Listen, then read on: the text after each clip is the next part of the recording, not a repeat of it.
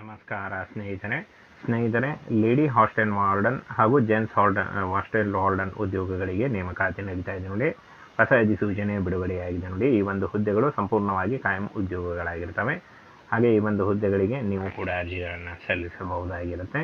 ಇನ್ನು ಯಾರು ಅರ್ಜಿಗಳನ್ನು ಸಲ್ಲಿಸಬೇಕು ಹಾಗೂ ಏನು ಕ್ರೈಟೇರಿಯಾ ಇದೆ, ಎಜುಕೇಷನ್ ಕ್ವಾಲಿಫಿಕೇಷನ್ನು ಹಾಗೆ ವಯೋಮಿತಿ, ಇದರ ಬಗ್ಗೆ ಸಂಪೂರ್ಣ ಮಾಹಿತಿ ವಿಡಿಯೋದಲ್ಲಿರುತ್ತೆ ನೋಡಿ. ವಿಡಿಯೋನ ಕೊನೆವರೆಗೆ ನೋಡಿ.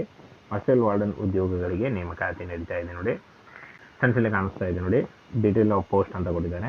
ಹಾಸ್ಟೆಲ್ ವಾರ್ಡನ್ ಮಹಿಳೆ ಹಾಗೂ ಹಾಸ್ಟೆಲ್ ವಾರ್ಡನ್ ಪುರುಷ ಮತ್ತು ವೈದ್ಯಕೀಯ ಬೋಧಕ ಹಾಗೂ ವೈದ್ಯಕೀಯ ಅಧಿಕಾರಿ ಮತ್ತು ಕಾರ್ಯಾಗಾರ ಬೋಧಕನು, IT ಬೋಧಕ, ರೇಡಿಯೋ ಅಧಿಕಾರಿ ಮತ್ತು ಬೋಧಕ ಹಾಗೂ ಇಂಜಿನಿಯರಿಂಗ್ ಹುದ್ದೆಗಳು ನೋಡಿ. ಇಷ್ಟೊಂದು ಹುದ್ದೆಗಳಿದ್ದಾವೆ. ಈ ಒಂದು ಹುದ್ದೆಗಳಿಗೆ ಆಯ್ಕೆ ಮಾಡಿಕೊಂಡು ನೀವು ಅರ್ಜಿಗಳನ್ನು ಸಲ್ಲಿಸಬಹುದು. ಕಾಯಂ ಉದ್ಯೋಗಗಳಾಗಿರ್ತಾವೆ ನೋಡಿ. ಈ ಒಂದು ಹುದ್ದೆಗಳು ಸಂಪೂರ್ಣವಾಗಿ ಕಾಯಂ ಉದ್ಯೋಗಗಳಾಗಿರ್ತವೆ. ಇನ್ನು ಟೋಟಲ್ ಆಗಿ 67 ಹುದ್ದೆಗಳಿದ್ದಾವೆ ನೋಡಿ.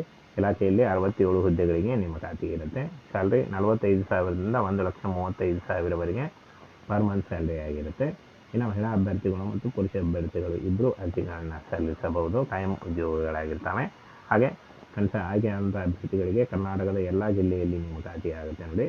ಇನ್ನು ಪೆನ್ಸಿಲ್ ನೋಡಿ, 18ರಿಂದ 65 ವರ್ಷದ ಒಳಗಿನವರು ಅರ್ಜಿಗಳನ್ನು ಸಲ್ಲಿಸಬಹುದು. OBC ಅಭ್ಯರ್ಥಿಗಳಿಗೆ 3 ವರ್ಷ ಮತ್ತು SC ಅಭ್ಯರ್ಥಿಗಳಿಗೆ 5 ವರ್ಷಗಳ ವಯೋಮಿತಿ ಸಡಿಲಿಕೆ ಕೂಡ ಇರುತ್ತೆ ನೋಡಿ. ಇನ್ನು ಸೆಲೆಕ್ಷನ್ ಪ್ರಾಸೆಸನ್ನು ನೋಡೋದಾದರೆ ಕೇವಲ ಸಂದರ್ಶನ ಇರುತ್ತೆ, ದಾಖಲೆ ಪರಿಶೀಲನೆ ಇರುತ್ತೆ ಮತ್ತು ಮೆರಿಟ್ ಲಿಸ್ಟ್ ಮೂಲಕ ಆಯ್ಕೆಯನ್ನು ಮಾಡಿಕೊಳ್ಳಲಾಗುತ್ತೆ. ನೇರ ನೇಮಕಾತಿ ಇರುತ್ತೆ ನೋಡಿ. ಯಾವುದೇ ರೀತಿಯ ಒಂದು ಲಿಖಿತ ಪರೀಕ್ಷೆ ಆಗಲಿ, ಯಾವುದೇ ರೀತಿಯ ಒಂದು ಅರ್ಜಿ ಶುಲ್ಕ ಆಗಲಿ ಇರಲ್ಲ. ಇನ್ನು SLC ಇಲ್ಲಿ ನೋಡಿ, PUC ಮತ್ತು ಡಿಗ್ರಿ ಹಾಗೂ ಡಿಪ್ಲೊಮಾ ಆದಂಥ ಅಭ್ಯರ್ಥಿಗಳು ಯಾರು ಬೇಕಾದರೂ ನೀವು ಅರ್ಜಿಗಳನ್ನು ಸಲ್ಲಿಸಬಹುದು. ಈ ಒಂದು ವಿದ್ಯಾರ್ಹತೆಯನ್ನು ಹೊಂದಿದಂಥ ಅಭ್ಯರ್ಥಿಗಳು ಅರ್ಜಿಗಳನ್ನು ಸಲ್ಲಿಸಬಹುದು. SLC ಮಾಡಿದರೂ ನೀವು ಅರ್ಜಿಗಳನ್ನು ಸಲ್ಲಿಸಬಹುದು.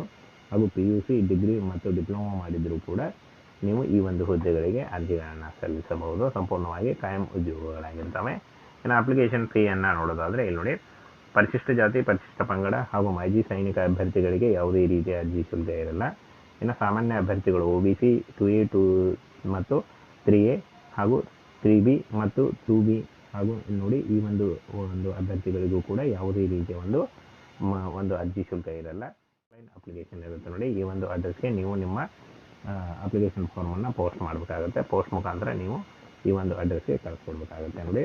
The principal, maritime training institute, the shipping corporation of India limited, 52C Adi Shankaracharya ಮಾರ್ಗ್, ಪವೈ, ಮುಂಬೈ 400072 ಈ ಒಂದು ಅಡ್ರೆಸ್ಗೆ ನೀವು ಪೋಸ್ಟ್ ಮುಖಾಂತರ ಕಳಿಸ್ಕೊಡ್ಬೇಕಾಗುತ್ತೆ ನೋಡಿ. ಈ ರೀತಿಯಾಗಿ ಸಿಂಪಲ್ ಆಗಿರೋ ಅಪ್ಲಿಕೇಶನ್ ಫಾರ್ಮ್ ಇರುತ್ತೆ ನೋಡಿ.